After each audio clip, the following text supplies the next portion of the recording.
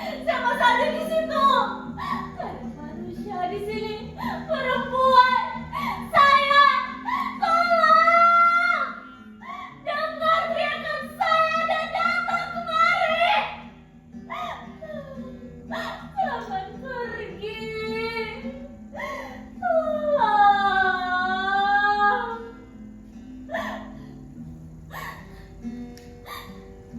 Tidak ada yang sudi menolong saya. Tidak ada yang datang. Saya dilupakan. Sudah berapa lama saya di sini? Sudah berapa lama saya disiksa macam binatang? Saya juga tidak tahu apa saya binatang. 4 dinding ini hanya satu jendela berjeruji besi jauh di atas sana. Tembok yang tebal, tidak ada perabotan, hanya tikar dan bantal. Saya tahu tidak mungkin lolos dari penjara ini jika tidak ada yang sudi menolong. Mudasir, kamu Mudasir, bagaimana caranya kamu masuk kamar ini? Mudasir, kenapa tidak kena saya? Saya Atika, istrimu. Jangan pergi, jangan tinggalkan saya. Apa saya sudah tidak punya daya tarik lagi? Kamu dulu sering bilang saya cantik. Kecantikan yang alami. Kamu suka saya apa adanya. Kamu sering bilang begitu. Ini saya, Atika. Saya tahu penyiksaan ini bikin saya tidak secantik dulu lagi. Wajah saya bisa saja sudah seperti kumpul bosok. Tapi Mudasir, kalau memang benar kamu di sini, tolong saya, keluarkan saya dari sekapan ini. Lalu kita pulang kampung bersama-sama. Tidak perlu melapor pada polis Raja Diraja. Tidak guna melapor pada Menteri Tenaga Kerja. Kita warga negara Indonesia, bukan warga negara Filipina. Beruntunglah mereka yang berasal dari Filipina. Bahkan presiden mereka pun peduli terhadap nasib para tenaga kerjanya. Kita kalau banyak uang diperas sampai habis tulang sumsum. Tapi kalau ada masalah, pura-pura tidak tahu, diabaikan. Mudasir, itu kenyataan. Sebutan pahlawan hanya slogan, bukan kenyataan. Cuma hayalan para birokrat yang baru menduduki kursi jabatan agar kelihatan bekerja di mata atasan dan dianggap punya kesediaan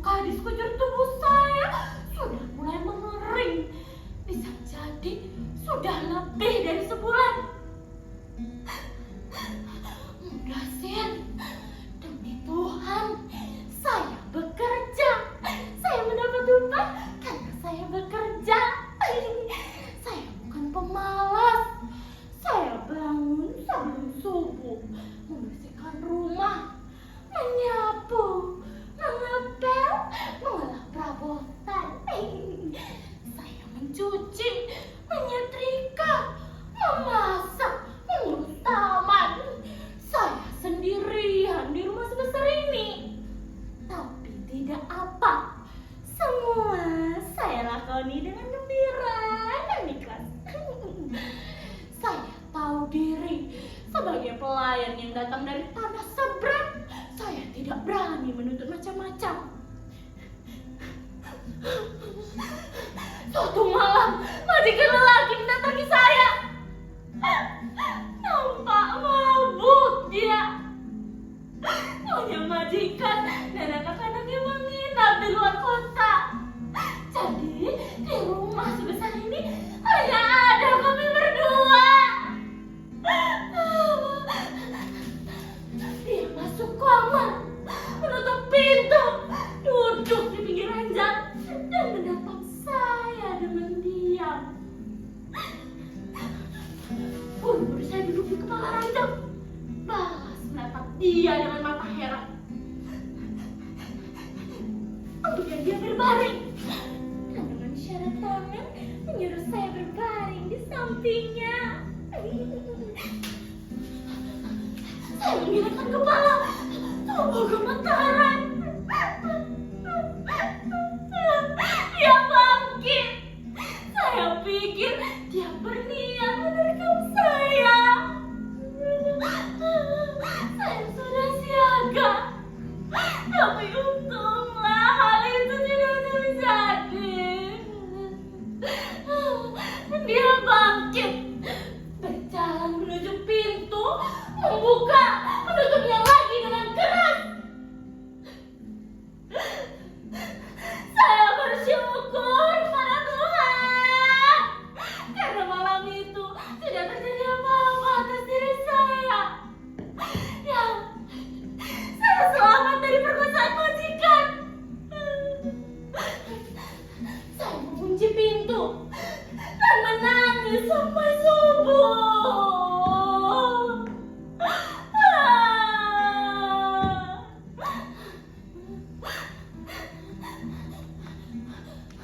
Mudahnya, saya baru sadar. Barangkali itulah satu-satunya kesalahan saya, menolak ajaran majikan. Siksaan memang tidak segera saya alami. Tapi di bulan ke-16, majikan lelaki mengaku kehilangan uang. Siapa lagi yang bisa dituduh kalau bukan saya? Pada bulan ke-16 itulah nasib masa depan saya ditentukan. Anak lelaki majikan mengeluh kehilangan uang.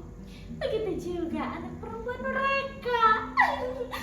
Lalu majikan lelaki kembali mengeluh hilang uang lagi. Kali ini jumlahnya banyak. Sayalah itu, kambing hitam yang harus menanggung akibat. Tapi ada apa sesungguhnya dengan majikan saya?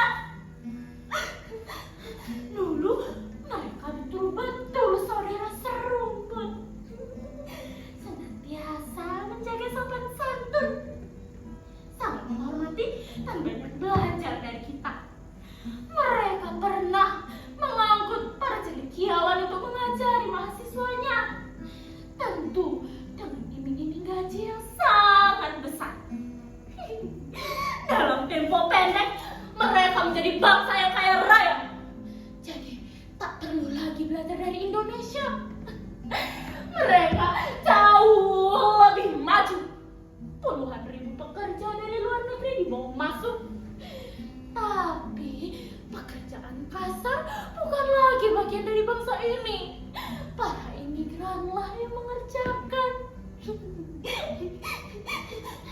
Bagian mereka mengurusi bisnis dan diplomasi politiknya, sambil mencaploki kawasan negeri tetangga selangkah demi selangkah.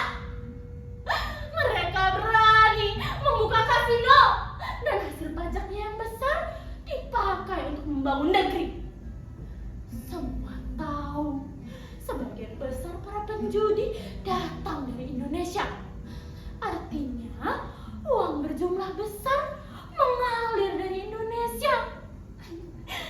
Dan untuk membangun negeri jiran, sukses bertubi-tubi bikin percaya diri mereka semakin besar. Tapi mereka sadar tidak memiliki kebudayaan dan kesenian asli. Maka dengan uang mereka mulai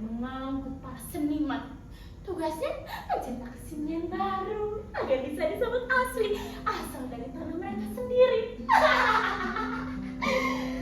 Tidak puas dengan itu, mereka nekat pula mencuri berbagai jenis kesenian, flora, fauna, dengan sangat yakin diakui sebagai milik mereka.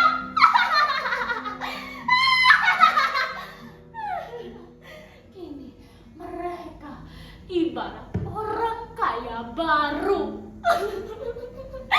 yang yakin bisa membeli apa saja, lintang buka membeli apa saja.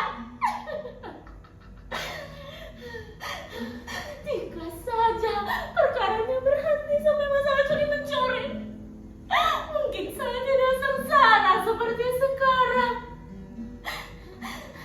Tapi mentalitas orang kaya baru itu sudah sedemikian meracuni hampir setiap orang di negeri ini. Mereka yakin dengan uang mereka berhak menyiksa siapa saja. Para pekerja yang bekerja untuk mereka lebih sering dianggap sebagai budak yang layak disiksa.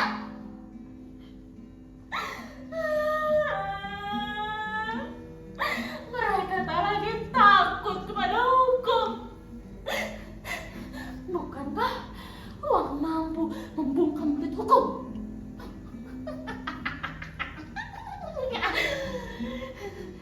Mudasir, mengapa diam saja? Kamu tidak percaya cerita saya? Demi Tuhan, saya bersumpah masih suci. Saya sesuci Dewi Sinta. Percayalah kepada saya, Mudasir. Jangan pergi, jangan berbalik, jangan tinggalkan saya. Saya butuh kehadiranmu. Nyata atau nyayalan, tidak penting lagi. Saya juga tahu kamu marah karena dulu langsung saya tinggal pergi. Padahal kita menikah baru 3 bulan. Tapi itulah tujuan saya, mengumpulkan modal hidup agar kita tidak sengsara. Saya harap kamu sudi memahami. Mudasir, bagaimana Mak dan Bapak? Mereka sehat-sehat. Encok Bapak sudah sembuh. Asma Emak masih sering ganggu. Saya pernah kirim alat hisap. Ingat?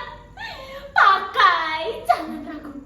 Lagi pula uang yang saya kirim cukup untuk membeli tablet-tablet pencegah asma. Saya yakin pasti asmanya sembuh. Mudasir, kamu dengar? Ada langkah orang menuju ke sini. Tunggu sebentar. Tolong! Tolong! Siapa saja di situ? Ada